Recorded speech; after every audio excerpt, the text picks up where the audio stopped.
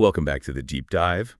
Today, we are immersing ourselves in a source stack that is so intense it practically burns. We're going right into the heart of Bloodwing Academy. And what a world it is.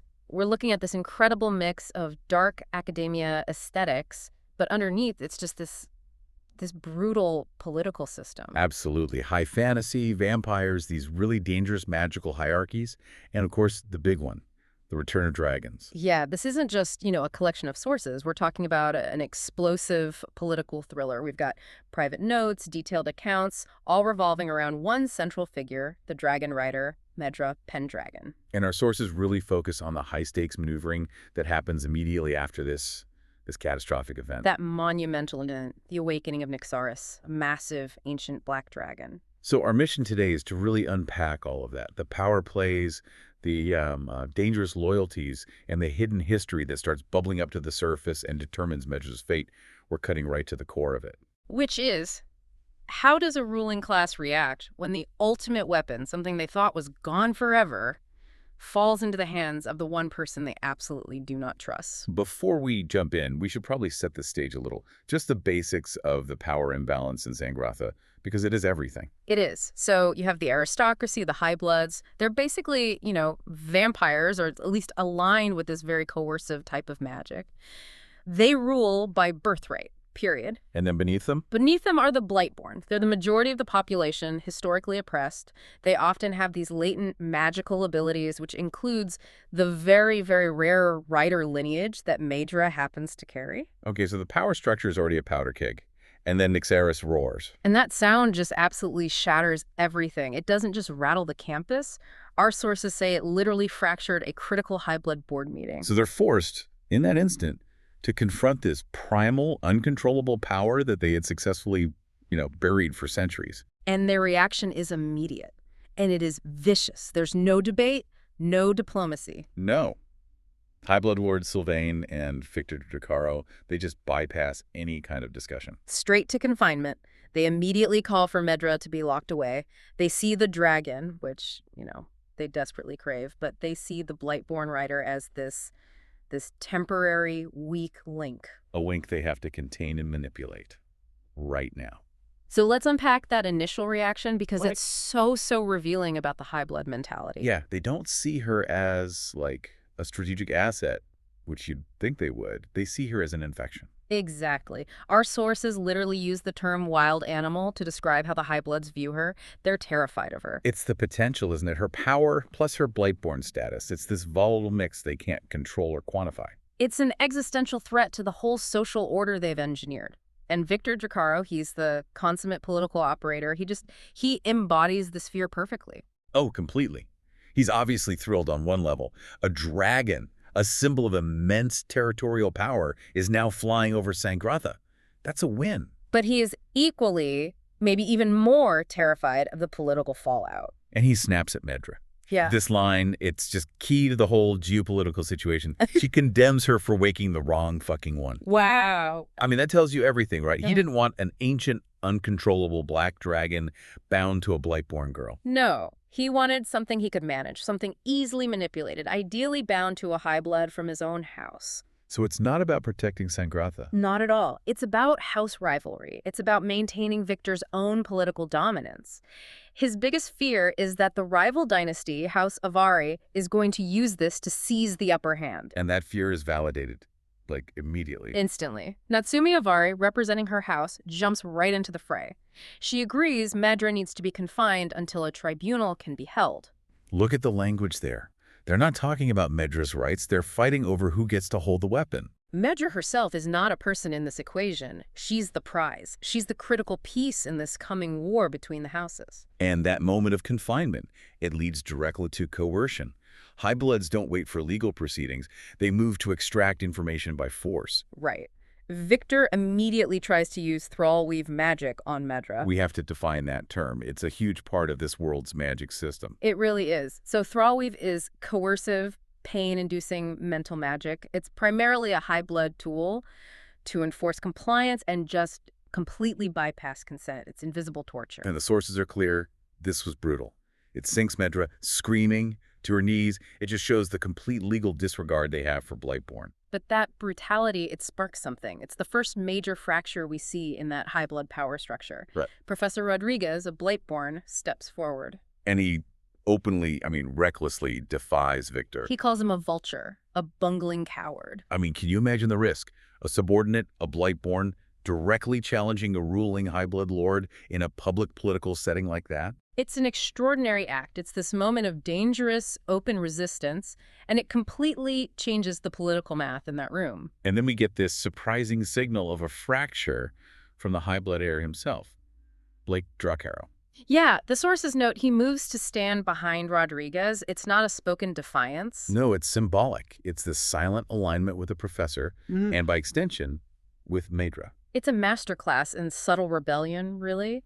He can't just attack his uncle without starting a civil war, but by positioning himself like that with the dissident, he's signaling that his loyalties are torn. It establishes right from the get-go that his personal connection to Maedra is starting to override his political duties to House Dracarrow. Yeah. But despite Rodriguez's intervention, the High Bloods still have control. Maedra is confined, but where she's confined tells us a lot about Blake. Right. Not a dungeon. She's placed in the very elegant Dracarrow Tower, specifically in Blake's own suite. A classic gilded cage. Absolutely. The room is described as just luxurious. Red, dragon-scale pattern fabric, plush rugs, and ocean view. And he'd already prepared it. He admits to her, it was meant to be your room all along. So it's aesthetically pleasing, sure, but for Maedra, it's a prison. He's trying to show some kind of care while he's simultaneously enabling her capture under his own house's control. It's his defining hypocrisy, really. And this confinement, it just puts their already damaged relationship under a microscope. Maedra feels this fierce, intense anger, a complete loss of trust. She says the connection between them is severed, all because Blake took her blood and claimed her without her consent. And this is where we really have to dig into that cultural chasm. Because Blake sees their whole relationship, especially the feeding part, as miserable for both of them. But he still maintains that aloof, controlling, high-blood demeanor. Oh, absolutely. He insists, even in these really intimate, charged moments, that the feeding doesn't mean I care. It's a deeply toxic, coercive dynamic. And it's fueled by his high-blood entitlement, but also this escalating jealousy he has towards guys like Cage Tanaka. Right. And all this tension is made worse by the social climate at the Academy, which we learn about through Maedra's friends. This whole high-stakes drama happens right before the Summerfell recess. Just a massive disruption. And we meet her circle. Florence Shen, a Blightborn. Via Vidya, who's a high-blood, and Theo, a high-blood cousin. And Visha, the high-blood friend, provides this chilling normalization of the abuse. When they're discussing Blake's actions, taking Maedra's blood, claiming her without consent, Visha says that this kind of behavior is not unusual for a high blood. And then she adds, even if it's not right. That phrase, not unusual for a high blood, is maybe the most important structural insight in this whole part of the story. It is, because what Maedra and Florence see as this grievous violation, bordering on assault and enslavement, the ruling class just sees it as traditional entitlement. It validates every single ounce of Maedra's rage and fear. It confirms she is living in a world where violation is just standard operating procedure for the elite. And we should probably clarify one thing here. The hierarchy of dependency. Blake is forced to rely on Maedra's rider blood, but he also admits to someone named Laurent that he uses cell bloods. What does that tell us about him? Right, so this is a little deep dive into the high blood code of conduct. A house thrall is basically coerced. Unpaid labor, feeding stock, totally controlled by the house. Okay. But a cell blood is generally someone who's paid, often desperate, but they're consensually selling their blood for money. So by using cell bloods, Blake is trying to maintain some kind of honor. A shred of what he calls Dracarrow honor. Yeah. It suggests he refuses to partake in the outright coercion that his uncle Victor certainly has no problem with. He's clinging to this tiny moral code that separates him just slightly from his uncle's total corruption. So the confinement ends and we move to the tribunal. And let's be clear, this is not a court of law. Oh, not at all. It's a political cage match, and Maedra is the prize in the middle. The whole structure of it just ensures that justice is irrelevant. It's purely a battle for ownership and control of Nixus. And it begins with Victor Dracarrow staking his claim. His argument is that Maedra's rider lineage and her actions are inseparable from House Dracarrow's interests. He's trying to create a logical trap. He is. He argues that Nyxaris woke up only because of Maedra's existing involuntary blood bond to his nephew, Blake. Therefore, if his house caused the awakening, they legally own the result. It's brilliant political maneuvering. It really is. It forces House of Ari onto the defensive. And Lady Eloria of Vari, who is Cage's grandmother, she uses the tribunal to challenge Victor's power.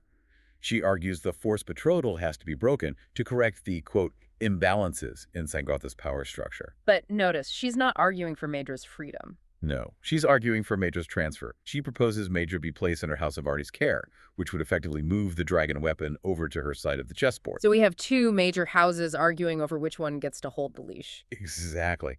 But then an unexpected voice chimes in and introduces a truly revolutionary idea. Lysander Orphus of House Orphus stands up. Lysander's argument is just pure political dynamite. He suggests Maedra should be allowed to choose her own path, and that the dragon should fly free. This idea is so foreign to the high-blood concept of power, where everything has to be owned, controlled, subservient. It just floors the entire assembly. What do you think it is about that moment? Why is that so shocking to someone like Victor or, say, Lord Mortis? I think it's not just shocking, it's terrifying to them. Lysander is challenging the fundamental premise of their entire society. Which is? That status determines destiny, that the powerful dictate the lives of the less powerful. By suggesting individual choice and freedom for a Blightborn, he's basically advocating for the collapse of the aristocracy itself. It's a moment of actual moral clarity in this pool of total cynicism. And Maedra, she seizes that opportunity. She sees the crack in the facade. She stands up and speaks for herself. Declaring, I don't belong to anyone, demanding a voice in her own fate and in Nyxaris's. She's claiming radical autonomy. She knows the stakes are impossibly high, but she uses the one argument that cuts through all the political noise. She directly contradicts Victor's core premise. She states that Nyxaris feels no obligation to any house. And that is dangerous talk, especially when Lord Mortis immediately brings up the most obvious fear. That Maedra might just command Nyxaris to turn on all of them, just like the dragons of old. The fear has now officially replaced the desire for control. And that fear is immediately manifested when Nyxaris arrives. Yeah. The dragon himself, circling high over the courtyard, his presence blotting out the light. It's this visceral reminder of the untamed power they're all fighting over. But Lord Mortis, he just embodies generations of blind, entitled arrogance. Even facing this legendary beast, he can't contain his disdain. He insults Nyxaris directly, calls him a relic and a mindless monster. You just have to wonder, what was he thinking? I mean, that's like walking into a lion cage and calling the lion a house cat. Was that a calculated political risk or just sheer stupidity fueled by entitlement? I'm leaning toward the latter. In his mind, no creature, no matter how powerful, is beyond the control of a high-blood lord. It's the fatal hubris of the aristocracy. And Nyxaris provides a very immediate, very brutal clarification of his status. The dragon commands Maedra, move, now. Blake immediately tries to step in to protect Maedra, but Nyxaris just executes this swift, brutal justice. He incinerates Lord Mortis with fire, just leaves a horrified, silent crowd. And Maedra relays the dragon's perspective, which is just terrifyingly pragmatic. One does not insult a dragon. She calls Mortis a fool. And that changes everything. It confirms Nyxaris's terrifying nature, his willingness to act directly, and Maedra's indispensable role as his voice. The tribunal is shattered. But the political machine, it doesn't stop. Mortis's daughter Catherine immediately steps up and assumes her father's position in House Mortis. The high-blood political body remains intact, just now it's terrified. Right, so after the tribunal, Maedra is assigned new private instruction, a class called Historical Perspectives, Sangotha and Dragons. Taught by Professor Hassan, who's replacing the rebellious Rodriguez, it looks like a concession, but Maedra very quickly discovers its sinister purpose. Hassan, the new instructor, tells her the class's real purpose is to teach Maedra her place as a subordinate. A tool.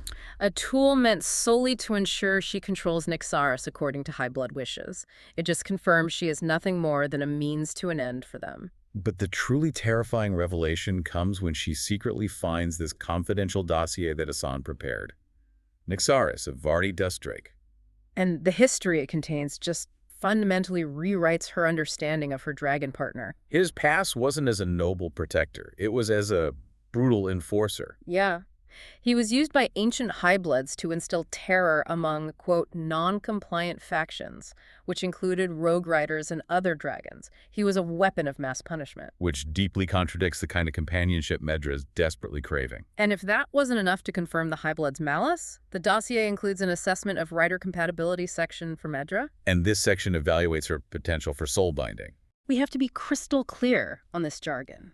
Soul binding is the ultimate form of magical enslavement. It's a ritual where a high-blood tries to completely override the Blightborn rider's soul. To gain direct, permanent control of the dragon. Right, at the immense risk of their own death. It's an all-or-nothing power grab. So Medra realizes they're not just planning containment or control anymore. They are actively planning her potential spiritual death and enslavement to seize the ultimate weapon. She knows with absolute certainty that someone, almost certainly Victor Dracarys, is preparing this ritual. The threat of soul binding just creates this desperate atmosphere. We now see all these characters, internally and externally, changing under the pressure. And it starts with Blake Dracarys, whose struggles are becoming, well, physical. Blake is at a breaking point. Emotionally, he's starving because Medra's keeping him on this really tight leash, barely giving him the blood he needs to survive. And that emotional constraint, combined with a high-stress environment, is making him vulnerable. But his physical transformation is what really signals this seismic shift in the world's magic. During a training session with Laurent, Nyxaris shows up. And he focuses this intense, pure disdain right on Blake. And immediately, Blake feels a searing heat and discovers red dragon scales shimmering on his forearm.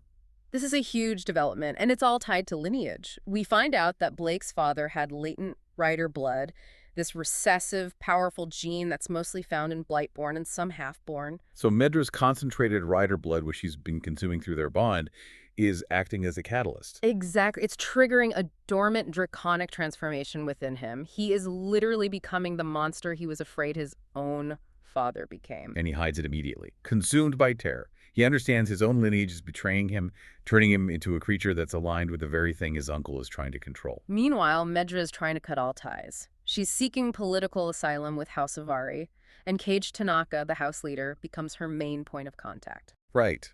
And Cage steps in when Medra is confronted by these rebellious Blightborn students. Resent her. They see her rider status as just being another high-blood tool, despite her background. So Cage uses his authority and the fear that comes with being a high blood to command respect. But he's not just defending a house asset. He uses this moment to give her a bigger warning. He tells Medra she is not like anyone, and that Nyxaris' awakening has shifted the very essence of magic in the world. So Cage sees the cosmic implications. This is bigger than just political rivalry. Absolutely. Medra tries to join House Avari to break the bond with Blake, but Cage has to give her some bad news. He says his grandmother, Ilaria Avari, would have moved heaven and earth to help her, but the existing blood bond to Blake is magically ironclad. So there's no simple political fix for this deeply magical problem. And we also get more insight into some of the more mysterious parts of this world, specifically the role of Neville, the Fluffins. Fliffins. They're described as these rare animal companions historically linked to dragons and riders, and they're extremely sensitive to powerful magical energies. And Neville, this particular Fluffin, alternates between Medra, Blake, and Florence Shen. Right. And Cage notes that Neville chose Florence for a reason, and he links that choice to Florence's intense interest in healing. That feels like some subtle but really profound foreshadowing. It is. If Fluffins are linked to dragons and healing, and Neville has chosen Florence, the Blightborn, who's focused on non-coercive medicine. It suggests she's destined for a much bigger, maybe even magical role than just being Medra's friend. Yeah, she might possess a latent capacity for healing that's specific to dragon magic. Okay, shifting focus back. Medra starts to figure out who is actually fighting for her freedom and what that freedom is going to cost. Professor Rodriguez confirms the dire political reality. Coercive high blood magic is slipping, which means mass Blightborn rebellions are imminent. So the High Bloods need Nyxaris as an enforcer, with a soulbound Medra at the helm to maintain their control. Which leads to Rodriguez's big confession. He and Cage are working together. They're part of this mysterious group called the Order. And the Order possesses the terrifying ability to return Nyxaris to stone. Using a combination of dragon and rider blood. This presents Medra with just an impossible moral dilemma. Rodriguez frames stoning Nyxaris as the ultimate sacrifice. necessary, in his view, to prevent an apocalyptic war and to protect the Blightborn people from the chaos that Nyxaris' freedom would bring. But Maedra sees stoning Nyxaris as an evil act, akin to torture, especially after what she learned from Hassan's dossier about his past as a forced enforcer. And this is where her emotional refusal just clashes directly with the Order's pragmatic, utilitarian approach. They're willing to commit one evil to prevent a much greater one. So Maedra brings the full truth, the dossier, the murders, the soul-binding plot to Nyxaris. And the sources really emphasize how deeply this affects the ancient dragon. He reveals his own internal guilt and memory loss. He laments his past. The fire I unleashed, the lives I extinguished. Maedra's truth-telling gives him context for the shame he's held for centuries. And that shared vulnerability, it leads to a crucial bargain. Yeah, Nyxaris makes a deal with Maedra. He'll pretend to submit to her command at the upcoming tribunal evaluation. Strategic obedience. It ensures her immediate survival. And it allows her the time she needs to fulfill her promise to him, to find the full, forgotten truth about how he was originally turned to stone. So they're finally united by a common enemy, the High Bloods, and this desperate quest for historical, personal truth. Their relationship moves from coercion and resentment to this fragile, mutually beneficial alliance, and it's all rooted in their shared history. All these simmering tensions, they just boil over at the Winter Solstice Ball. This final section is this rapid, devastating crescendo of violence and revelation. We need to track each beat carefully. Let's start with Blake's protective instinct, just completely overriding his political ambition. He knows the game. He warns Maedra that the tribunal, which really means Victor, plans to use leverage against her. If she doesn't comply with the soul-binding plot, they'll hurt one of her friends. And Blake has correctly identified the target as Florence Shen, the Blightborn healer. This is a huge moment for his character. Blake promises to keep Florence safe. He even offers to hold her hand if necessary. His protective instinct just completely overwhelms any duty he has left to his house. His love for Maedra has now extended to her friends. He's prioritizing their safety over his own survival or political standing. So the group attends the Winter Solstice Ball. This event designed for high blood display. Yeah.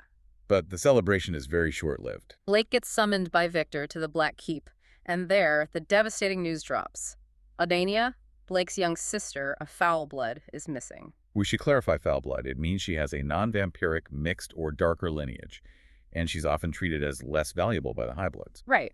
And Victor demands Blake bring Maedra to the Black Keep later that night for a conversation. A thinly veiled threat that Blake instantly recognizes as the scheduled time for the soul-binding ritual. But Victor also reveals the dark secret of the Dracaro family. Blake's father's death was not a suicide. No. His father started undergoing a dragon transformation, likely triggered by feeding from his half-born wife, who was Maedra's mother, who had latent rider blood. And Victor had his own brother killed to suppress that change. Blake understands immediately. The rider blood in Maedra is doing the same thing to him. He's experiencing the very transformation his uncle murdered his father to prevent. And that profound realization, combined with Victor trying to use thrall weave to force Blake's compliance, it triggers the breaking point. Blake's rage and the physical transformation, they just erupt at the same time in Victor's office. The sources describe this horrifying metamorphosis. Clothes shred, massive crimson wings unfold, his jaw elongates. He fully becomes a dragon-like creature. And in this new, terrifying state, he gets his revenge, instantly and brutally. He slaughters the guards around him effortlessly. And he admits he craved it. This is the loss of his high-blood humanity. He's embracing this monstrous primal nature. He towers over Victor, who just panics. He begs for mercy, offering Blake everything he can think of. Riches, power, women. The writer, she's yours. Forever. Victor is trying to appeal to the monster he just created. But Blake has transcended that. He's transcended Victor's poison power. He rejects the offer, advances, and breathes fire. We don't see the body, but the message is clear. Blake has rejected his birthright, his political power, his high-blood identity, all in favor of his monstrous true nature. He chose freedom from corruption over his dynasty. And while all this carnage is happening, Maedra, totally unaware, goes to the Dragon Court to meet Blake like they arranged. And instead, she's ambushed by Rodriguez and Cage. This is the moment of ultimate, well-intentioned betrayal. Cage's true role is revealed. He's working with Rodriguez to stone Nyxaris before the High Bloods can control Maedra. They believe this preemptive strike will prevent the massive war Cage had warned her about. And Medra fights back with the ferocity of a trapped animal. She pulls a dagger she would strap to her thigh and just drives the blade into Cage's side, a desperate, frenzied attack. She refuses to let them commit this act of torture for their so-called greater good. Rodriguez is desperately trying to reason with her, explaining the terrible necessity of it all. Preserving Nyxaris will only lead to more war as the High Bloods fight for control. Stoning him is the only way to protect the future of the Blightborn world in his view. But Major refuses, yelling at Nyxaris to burn them both. The moral cost of protection is just laid bare right there. Simultaneously, the rest of Madra's friends are drawn into the violence. Florence, Theo, and Visha are looking for Visha's lover, Lace, from House of Ari.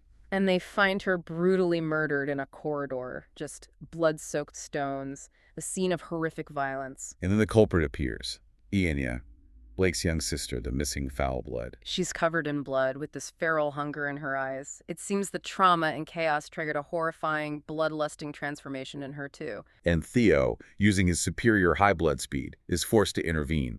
To save Florence, he has to stab Titania, killing the child instantly. The night just demands this immediate, devastating toll from everyone. The protectors and the villains. Blake arrives moments later, finds Ianya's body, and just cradles her in sorrow. We see his own devastating physical cost then, too. He lost his left eye during his fight with Victor. He's severely wounded, physically and emotionally broken. He's lost the last innocent member of his family because of this high-blood power struggle. And the violence is still not over. The new antagonists reveal themselves. Marcus Drawcarrow, Blake's older brother, and Catherine Mortis, Lord Mortis's newly empowered daughter, are working together. And Marcus is the one who took Blake's eye, cementing himself as the true rival within House Drawcarrow. Cage, who was stabbed but survived, he transforms to meet this new threat, and we see his true secret shifter identity. He becomes a massive white wolf and just leaps into battle against Marcus. Meanwhile, Catherine Mortis, the cold new political operator, executes a horrifying plan of her own. She uses Lunia Orpheus's blood. Lunia's House Orpheus lineage implies she has latent rider blood, which explains her house's unique perspective on things. Catherine uses her blood to awaken the golden dragon, Melindra, the Lumenthar dragon. But the awakening is corrupted. Melindra isn't a force of light. She's misshapen, with black infected veins covering her body. This is a crucial distinction. Catherine didn't achieve a true rider bonding. No, she used dark magic, probably a form of necromancy or corrupted sanguimancy to just yank the dragon from its stasis. Melindra is a weaponized perversion, and she immediately attacks the group. Melindra attacks, and Florence is gravely wounded. Medra, with only her small knife, tries the impossible, fighting a corrupted dragon. Rodriguez knows it's futile. The only hope for Florence is this ancient, dangerous ritual using dragon blood mixed with rider blood. And the stakes are impossibly high. Nyxaris, fearing the high blood plot, refuses to give his blood. He can't risk being bound to a new rider, not even to save Florence. Which forces Blake, wounded, half-transformed, and broken, to step forward. He approaches the black dragon and makes the ultimate vulnerable offer. If you want to kill me, do it. I won't stop you. It's a complete surrender of his will, the final rejection of high blood control. And Nyxaris pauses, and this is where the history of riders and dragons truly comes into focus. Nyxaris reveals a piece of a lost memory. His last rider had companion, implied to be a Fluffin, who is essential for calming the dragon and for healing wounds. And Neville the Fluffin, who has been quietly present through all this carnage, presses his small head against Nyxaris' massive scales. And it is this seemingly insignificant, pure act of companionship that calms the ancient dragon and secures the ultimate sacrifice. Nyxaris yields. He allows his blood to be taken to save Florence. The chaos ends, not with a political victory, but with a moment of profound, costly, non-political compassion, and the recognition of an ancient, necessary companionship. We've reached the end of a devastating night at Bloodwing Academy. When we look back at all these sources, the primary takeaway has to be the profound cost of Medra's survival. Right. She only survived because Nyxaris sacrificed his own blood for a ritual, risking the very enslavement that he feared more than anything. And the ultimate irony here is how those who were fighting for freedom had to resort to the very same coercive manipulation they despised. The supposed protectors, Blake, Rodriguez, Cage, they all used manipulation and betrayal to achieve what they believed was the greater good. They learned they couldn't fight Victor's poison without getting stained by it themselves. The shifting identities are equally profound. Blake chose transformation and rejection over his dynasty. Cage revealed his secret, formidable shifter identity. And Catherine Mortis proved that the High Bloods are willing to employ the darkest, most corrupted magic to maintain their power, birthing a perverse, weaponized dragon in the process. This entire deep dive is a lesson that power is never really lost. It just transforms. The High Bloods will stop at nothing. But the Resistance discovered that true strength doesn't come from control. It comes from choice and ultimately from sacrifice.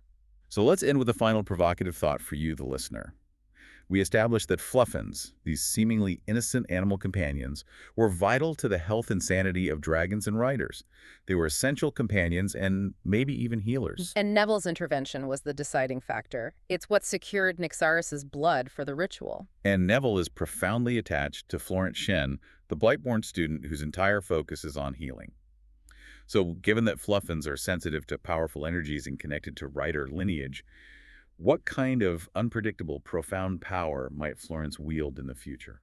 If dragon blood mixed with rider blood, facilitated by a fluffin, heals her, is she now imbued with the very essence of the new magic that Nyxaris brought back into the world? The scars are permanent, but the potential for a new, powerful form of magic, potentially wielded by a Blightborn healer, has just been unleashed. That is the threat and the promise left hanging in the air. The healing has just begun, but the political landscape is permanently scarred. We'll leave you there to ponder the true cost of dragon blood. Join us next time on The Deep Dive.